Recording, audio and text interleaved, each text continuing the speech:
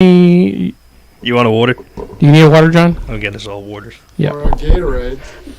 I think we have a Gatorade over there. Don't say anything.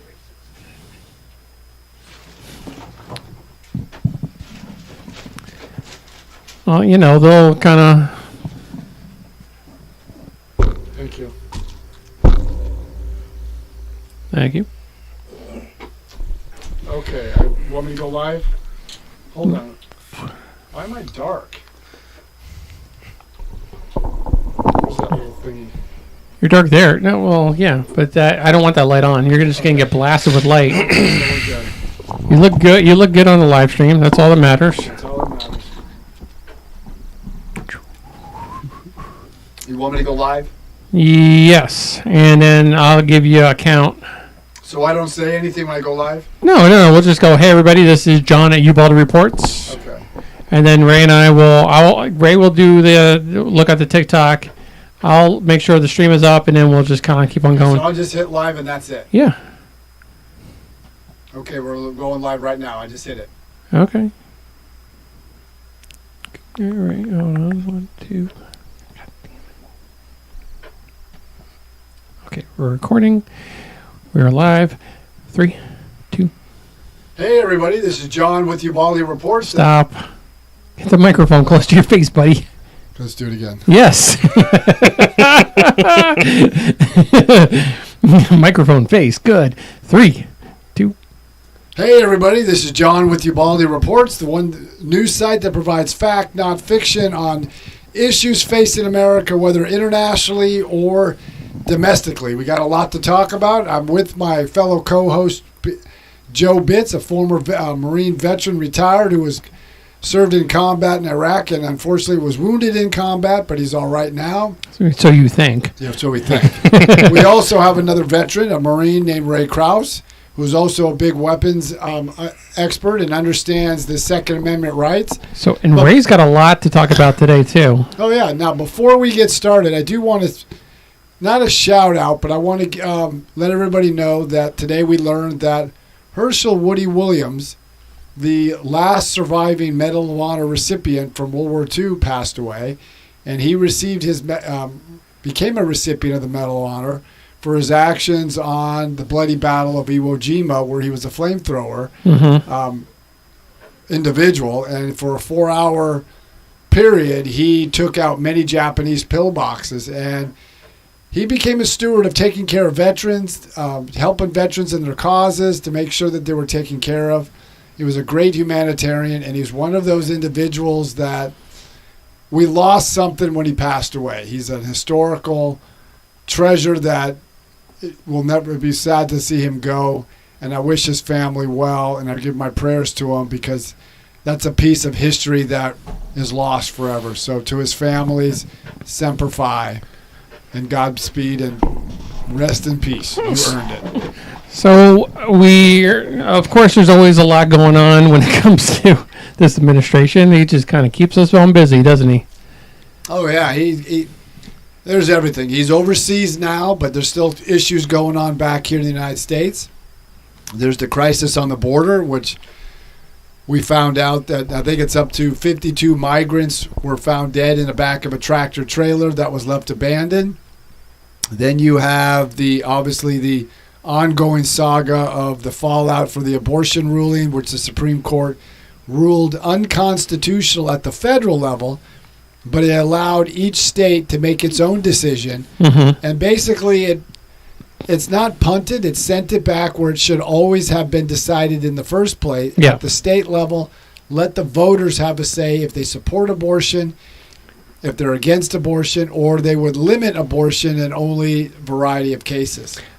I'm a little tired of this whole Roe versus Wade kind of. I think they're taking a lot of it out of context, and then they're just trying to weaponize it so that they can kind of maybe further themselves. People are just missing the issue now, where it's almost like an assault against the Supreme Court versus actually trying to rectify or redo or just even streamline abortion rights when it comes to a whole in America. Well, no, you're absolutely correct. I mean, they misconstrued what the abortion ruling was about.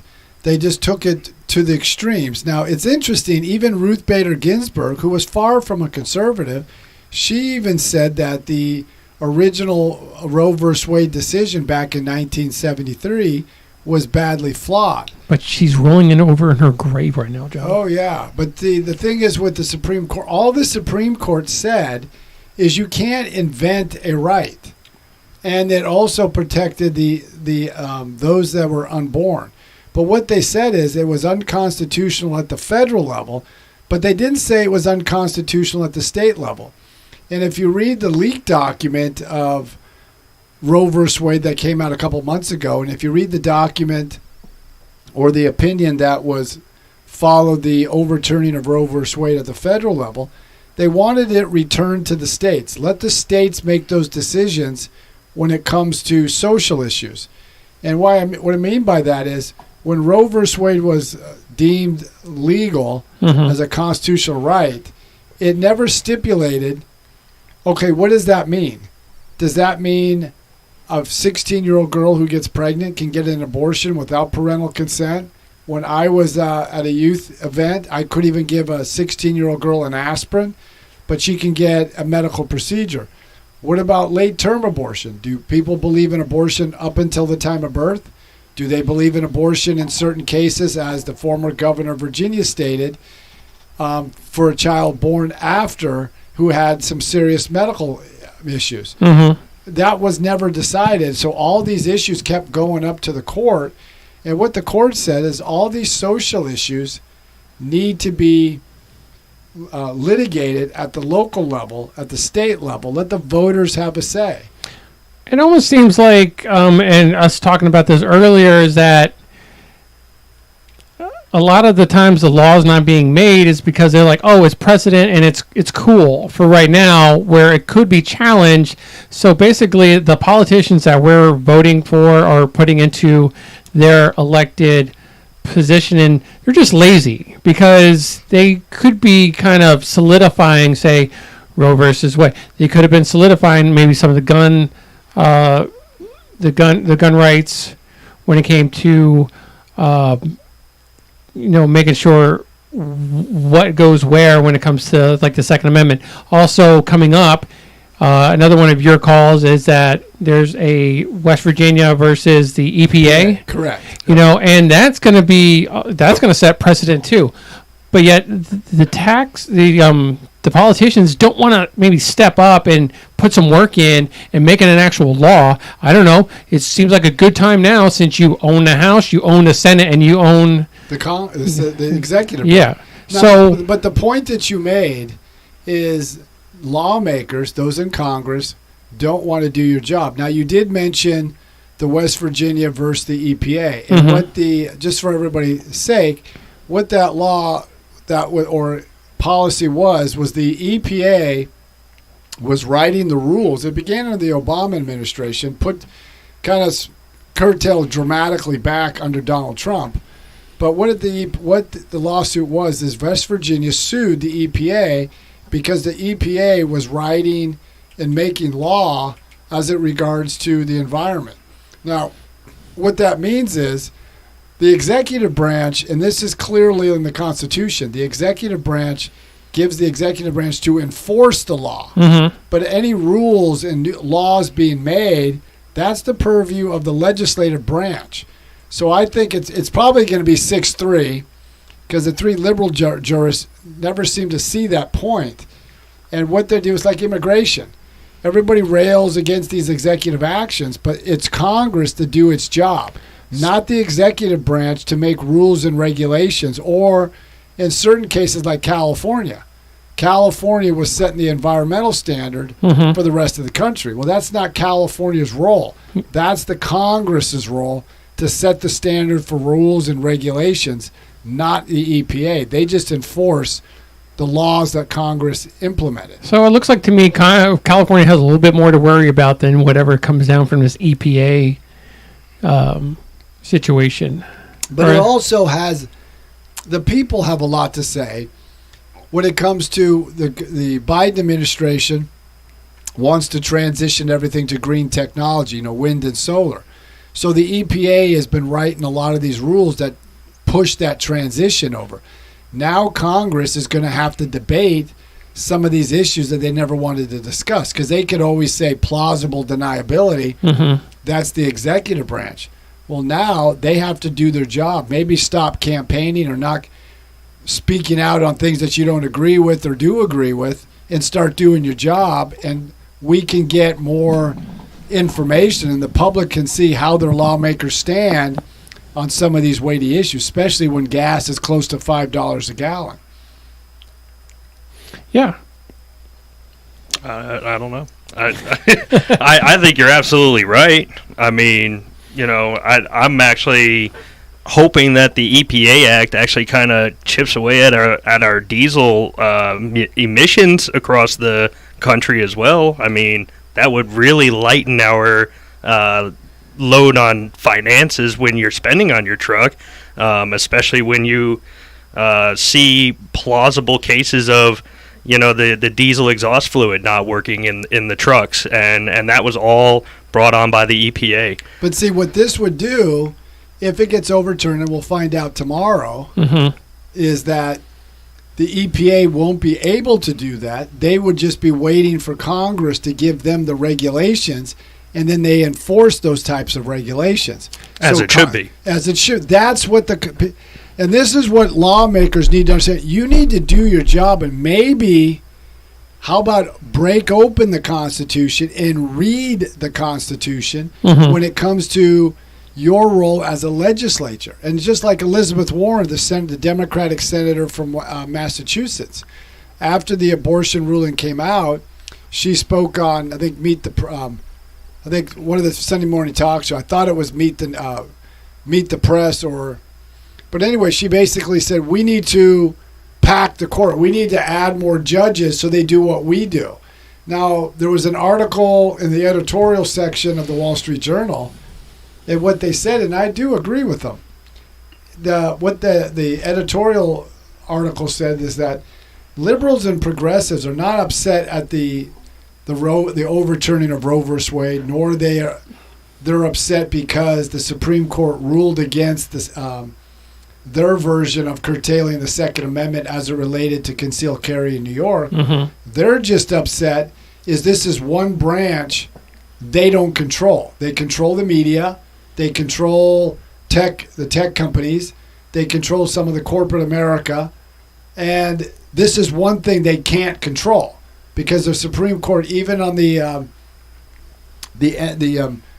overturning that century-old law of concealed carry, and the argument was, well, we need to protect our citizens. But what the court said is, with the concealed carry, the Second Amendment is not a second-tiered right to the First Amendment. Right. What it said was, you can't you have the right to bear arms, and then you go to the government to say, well, I want to exercise my right, but then you got to explain why you need that right to bear arms. It would be like a reporter. We have in the First Amendment the freedom of the press. Well, a reporter doesn't go to the government to say, well, I want to publish this article, and the government doesn't respond, well, why do you need to publish that article? Why do you need to publish it on that topic? Give me good cause. We don't do that. You have the right to the freedom of the press to print what you want, as well as somebody who has the right to bear arms shall not be infringed. That's the same verbiage as in the Fourth Amendment. Right. You have the right to be secure in your papers, your documents, even though some of the documents we have the right to be secure in weren't around 50 years ago or 100 years ago. But that doesn't make it any less viable. We have computers now. Some say, well, there wasn't assault weapons or semi-automatic rifles during the time of the Constitution, nor were there computers and smartphones. But we don't allow law enforcement to access our computers and phones without a court order or without a search warrant, and they have to give good cause why they need to get into that phone.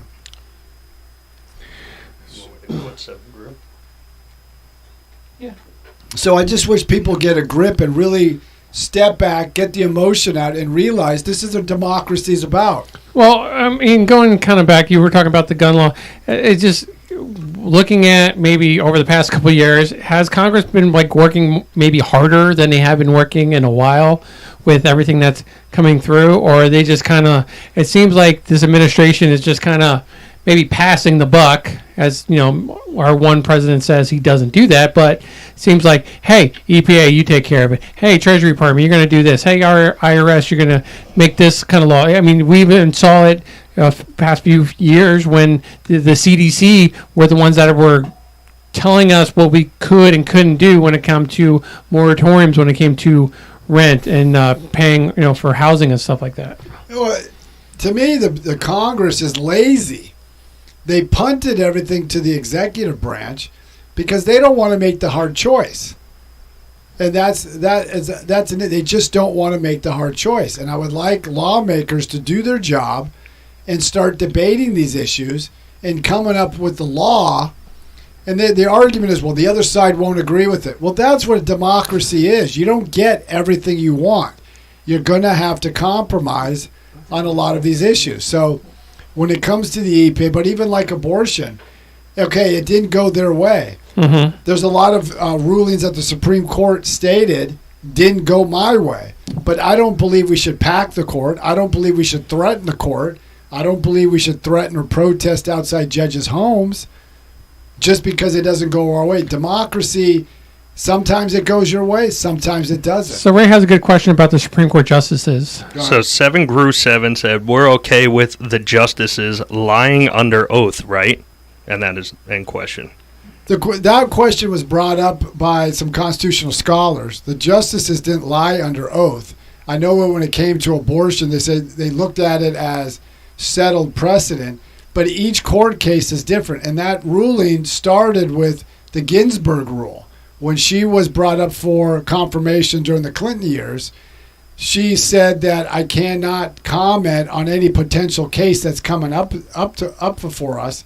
I can only speak in the abstract form. And there's been precedent where previous court cases have been overruled. So they didn't lie. It's just they're not going to say how they're going to rule on a potential court case. And each case is different. Right. So, I mean, that may not be the best answer for the person who texted that in, but that's the case. Because that could be the same with the liberal justices when they were asking them court cases. They could say, well, you lied. You didn't answer the question fully. Mm-hmm. So it couldn't go both ways. So we did have like this big, it was tragic with what happened in San Antonio with the bunch of migrants found dead in the back of a semi.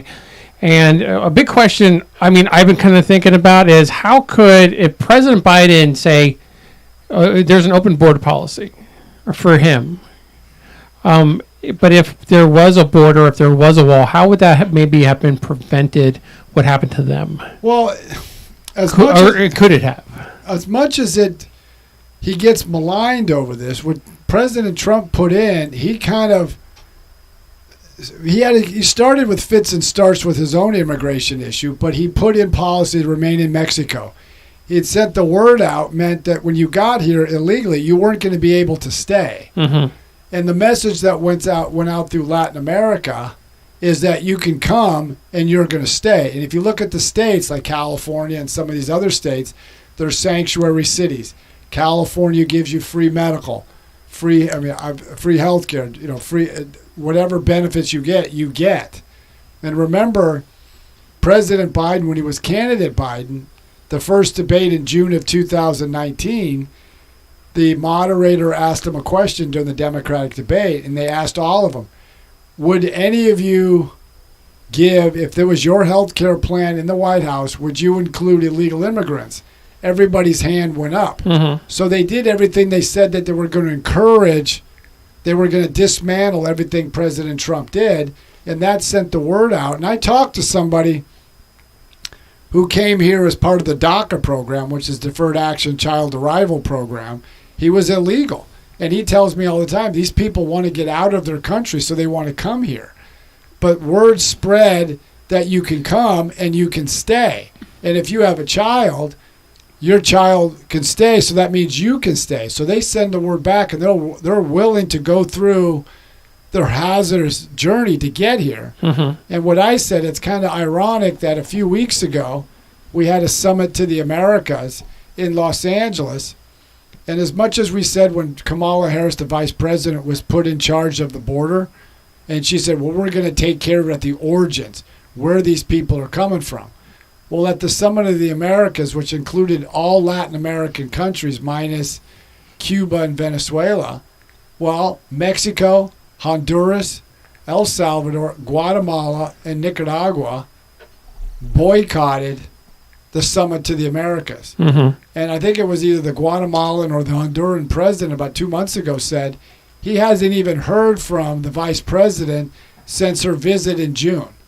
So if they're trying to stop the illegal immigration coming in, their policies are disastrous. It seems like a big dog and pony show with them. It's just like they're going to be like, oh, we're going to do this, and then they'll just kind of pose a couple times in front of the photographs, or for photographs, they'll kind of virtue signal by putting their mask off, taking their mask on, and all that kind of stuff like that, and then it's on their way, and it's almost like you're forgotten. It's got to be, people have got to be seeing that, right? Well, I'm hoping, but see, a lot of the other news networks aren't covering it as well as some. Mm-hmm. And it's just kind of ironic. They don't go down to the border because if President Biden did, the media would follow. Yeah. And as much as they say, like Alejandro Mayorkas, the Homeland Security Director, he mentions, we got the secure border. Even the press secretary, after this huge migrant death, said, the border is closed. And I'm like, what universe are you living in?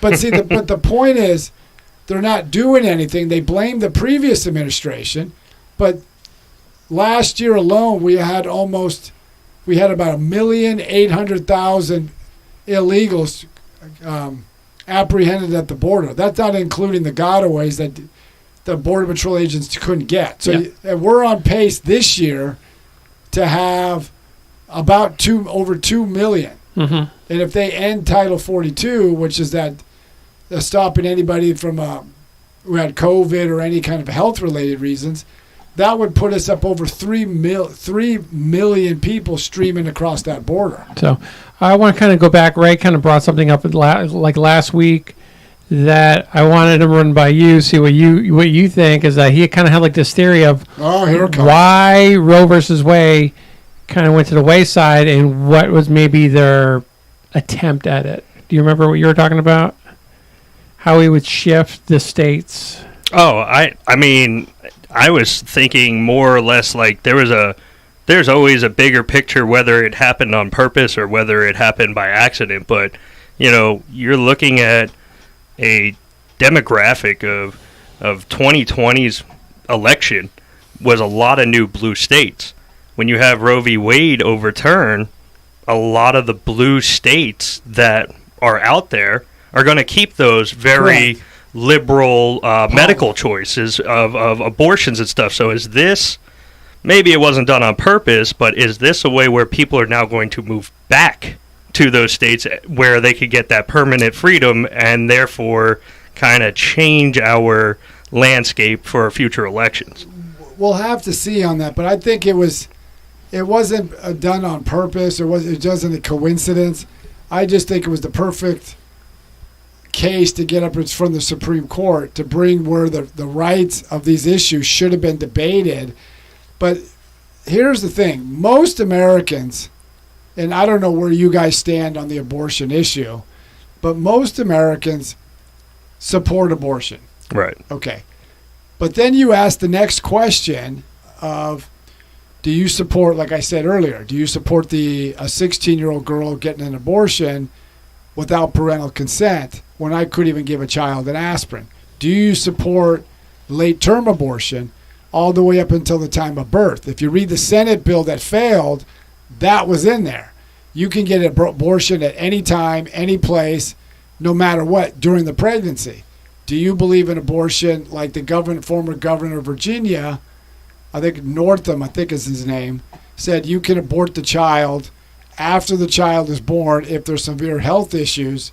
You make the child comfortable. Now, if you look at once the abortion ruling came down by the Supreme Court, other countries like President Macron of France criticized America's abortion stance. But when you look back at France, France has a more restrictive abortion policy than the United States. And very few countries, because the Mississippi law was the one that got to the Supreme Court. It was you can't get an abortion after 15 weeks. Mm-hmm. Well, no other country except for 6 has abortion beyond the 15 weeks.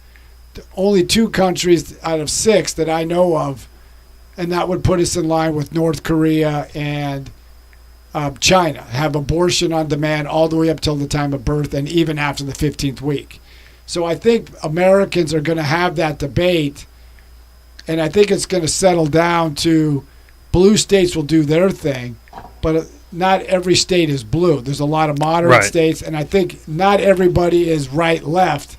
I think people are going to look at it, well, I would have favored abortion, like Bill Clinton said when he was running for president, or even during his presidency. He wanted abortion to be legal, but he wanted it to be rare. Mm-hmm. And not, I get pregnant, I can get an abortion. He wanted it rare but legal.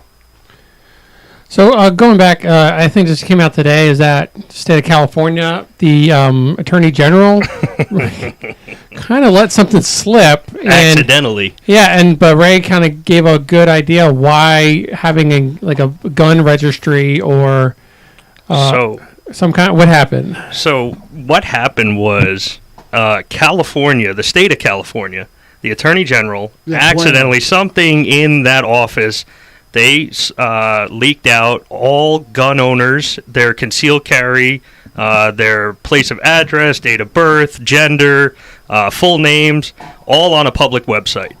Now, I just read about 2 hours ago, the Attorney General just took that site down. Yeah. So that's no longer active. Correct. But it was up for more than 3 or 4 hours, and I mean, it's the reason why we don't have a registry. It's the reason why we don't have licenses for firearms, is because when we talk about gun control, yes, we still fight for the firearms.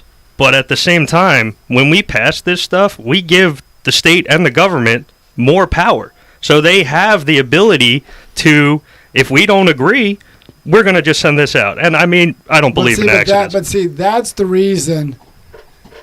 In theory, I support red flag laws. Mm-hmm. Somebody who's a threat to themselves or others, okay. The reason I don't support it, and I would have voted against the Senate bill, because they say, well, I want due process to be in there, but I don't want it to be where you got to go get an attorney. You're in it. You're guilty till you prove yourself innocent. And you're challenging the government, who has endless amounts of resources. You would go virtually broke. Yep. I mean, how many people can spend $5,000 to $10,000? You really can't. You can't. But I mean, I more or less where I'm going with it is, it's scary that they have that resource. Whether it was accidental or not is what you believe, but it's out there. But see, the thing is, and I don't have any proof on this, and I'll say this again, I do not have any proof of this. Nothing is accidental like that. No. Certain people have access to that information. And when you work in government, if you have access to individual records, mm-hmm. there's a certain liability that you have in each agency. So somebody needs to be held accountable. Absolutely. You just don't release that, because what you're doing, you're putting that particular individual or that family in jeopardy. Because if somebody doesn't like that person, they can say, well, he's a threat, without any basis. And the reason I use this, it may not be the greatest example, but it's an example that I would use in this case. I had some friends who were prominent business owners in California. Mm-hmm. They adopted 3 girls who were drug babies. They were like middle school and elementary school. I think one was in high school at the time. They had major problems. Well, we would have church as our spiritual thing on Sunday. Tuesday would be like our youth activity. Well, the girls were saying, well, they make us sleep on the floor. They make us do this. They were basically lying, but I didn't have any basis beyond what they told me. But this older woman, what she did, she called Child Protective Services, and acted anonymously. Child Protective Services went over there, investigated, found nothing. Right. But the point is, now their name is on a record. And Joe, your wife is a private investigator. She doesn't like to advertise that, but yeah, go ahead. Okay, but she does that. But what she told me that she would go in and she would, if she had to investigate somebody, Yeah. she would go beyond. Not that they weren't just arrested. Were they looked at? Did somebody go over there? Mhm. Right. And that would factor in. So you could damage somebody's career. And to me, one of the things in the Fifth Amendment, I think it's the Fifth Amendment, you have the right to question your accuser. Not, I don't get to question somebody anonymously, and without the child protector asking, hey, your only evidence is these girls said something. Well, in that situation, you want to protect the kids, but you also got to protect the individual who's being accused, because you could, if it's an erroneous charge, you've just ruined their life. Yes. And that goes back to the Second Amendment. If someone doesn't like somebody who owns a firearm, they're like, Joe, you've got firearms. I've got firearms. What if a neighbor said, I don't like Joe's politics. He's a threat. He's got firearms. I'm going to call it in anonymously. So the police come over, grab your firearms, and now you got to prove that you're not a threat. So you got to get an attorney and go through the legal process. No, you've got to have some type of evidence. And usually what's worse is going down the same road you're on is, what if the individual is out of the house for a reason and now they're looking to kill you? They call, take away your firearms. They know your firearms are out of the house. Next step is just to kill you. It's just, I believe in due process, because without due process, our system is not based off you're guilty till you prove yourself innocent. You're innocent. You have to prove that I did it. So if you're going to put a red flag law, and this is where I would question why I would vote against it, I want strict due process. I want, if someone's making an accusation, they have to have more than just, I believe he's a threat. Based off what? Do you have evidence? Do you have material evidence? Do you have a history? Do you have something to base it off of that law enforcement, not just, oh, we got an anonymous tip, we can go. I don't agree with that. So I kind of want to maybe, before we close, I just want to maybe come up with a question for you, especially from a journalist point of view, because this is kind of see who's the biggest offender of it, is that what is worse, the person that lies or the people that perpetuate the lie? Uh-oh. You're talking for a journalist if they... Well, in general, so the whole January 6th thing is underway. I think it might even be closing. But they had like an aide of Donald Trump's that testified that he was irate. Well, testified in a hearsay manner, which still is not admissible in court. I think what you were talking about, I can't think of her name. She was a female aide to Mick Mulvaney, who was Donald Trump's chief of staff. But I mean, I want to fast forward that is that we've all heard that Trump was irate. He somehow magically put his hand through the wall in order to take control of the vehicle. That's how irate he was, which was impossible to happen. But yet you have like the Wall Street Journal, you have like CNN. That were just like, they were writing this information like it was actually true without doing the research. And I don't get it. Why would you do that? Okay, you got two parts to that. You said the lie, the person who said that, and I'm not saying that she's heard it secondhand, because that was the questioning. She heard it secondhand. Yeah.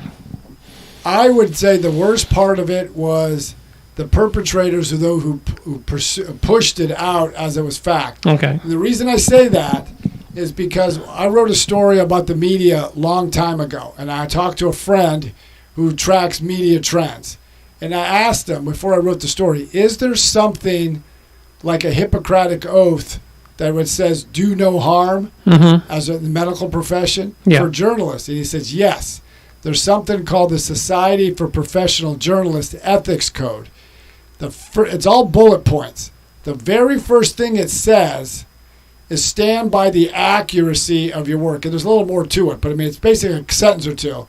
It's the accuracy of your work. Mhm. If you look at that, journalists today have violated every tenet of the ethics in journalism. They don't stand by the accuracy. They jump on every, like this. If she would have said that in the testimony, she said, someone would have cross-examined, okay, were you there? Mhm. No, I heard about it. So you're taking secondhand information. Any defense attorney would have threw that out because you weren't there. Hey. Then you had Secret Service agents who said, we will go up there and testify that said that never happened. Yep. Hey, Ray, I hear Master Guns over here. He can bench press about 1,000 pounds. Sure. Yeah, thanks. but see, that's Put a little beef on his arms first. But see, that's the point. Thank you, Ray. But see, that's the point of where we're at today. Even though I lean center right, Yeah. if I can't find out something, if I'm writing a story on let's say a Democrat. I remember I did a story on President Obama. The Republicans jumped on him in a statement he made, so I went back to look at the whole crux of his statement. That's not what he meant. But the media today, they jump on every salacious thing. Now, there's also a segment when it talks about using sources. You can use anonymous sources, but you have to vet the source. Mhm. Do they have an axe to grind? What's their motive? And all this stuff that goes into it. And you can't just base it off one thing. Like, as an example, a friend of mine works at the FBI. And remember the story that they said that they wiped clean Hillary Clinton's cell phones? Mhm. He told me the reason that's not accurate. And the reason he said that, he heard that from a gentleman at a lunch thing. He just started, who was a former retired FBI officer. Said, now I'll tell you the real story. I couldn't use that information because I didn't hear it myself. Mhm. I only heard it through one person. Right. That's not a source. One person is not a source. You can use that if you take what he said and then you build the evidence to support that conclusion. But what the media does, they run with every salacious issue because it damages Donald Trump. You may dislike the guy, but his rights don't end because you don't like him. Right. If you can't prove it, yeah, you hold on to the story. Remember that how they treated Kavanaugh? Every news outlet ran with it, that he's a no evidence to back it up. But as soon as Tara Reid accused Joe Biden of sexual assault, even we said this on this program, he's innocent until proven guilty. The Washington Post refused to run it. And then they asked him, well, why didn't you run it? Well, we couldn't verify we couldn't authenticate her story. Mhm. Well, then why'd you run with the Kavanaugh one? Why did you run Christy Blasey Ford when she couldn't prove that they even met? You ran with that, but you didn't run with this one. Why? Why did you run with Russian collusion when there was no evidence to back it up? And from the start, they knew it was false. Right. You didn't run with that. Oh, they had to build on a lie. Or why did you suppress certain coverage of, like the big bombshell was, I think it was James Moody, Clinton's campaign manager, said she pushed it, the Russian collusion narrative. You didn't run on that one. Or a lead agent, a lead counsel of the FBI lied, altered evidence to get a FISA warrant as part of this. So going back to your thing, I think it's worse for those who cover the news, Mhm. push these stories Yeah. without any to me, they're not journalists. You're now activists now. So if you want to hear from a real journalist, one that is factual based, how can they get a hold of you, John? You can get a hold of us by going to ubaldireports@gmail.com. That's ubaldireports@gmail.com. Or you can check us out on social media. That's Twitter, Facebook, Instagram, and definitely TikTok. And let us know what you think. We try to cover these things. What we're trying to do is do this full time, so then we can bring in experts in different fields that we're going to discuss, and you can ask questions of the experts.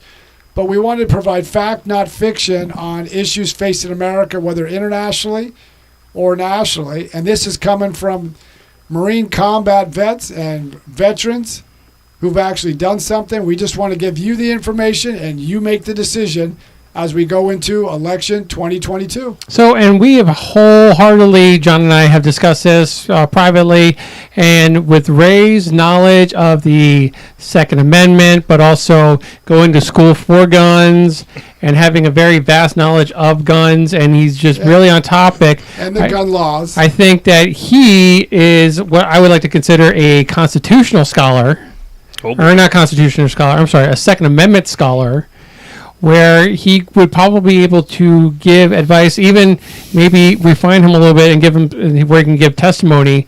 And if you want to get a hold of Ray, especially for some Second Amendment questions, because this guy, I think he sleeps under the Second Amendment, literally. Well, how can he get a hold of you? my email is raymond.aags@gmail.com, and we could talk anything guns. We could talk parts, accessories, or we could just talk about politics. There you go. All right, and we are live. We are got a lot going on. If you have any questions or concerns, feel free to email us. I did have this whole thing I wanted to talk to you about. No, that's fine, but keep following Ubaldi Reports and keep supporting us, because our goal is to do this live every day, 5 days a week, especially as we lead up to the midterm elections in 2022. So keep following us and keep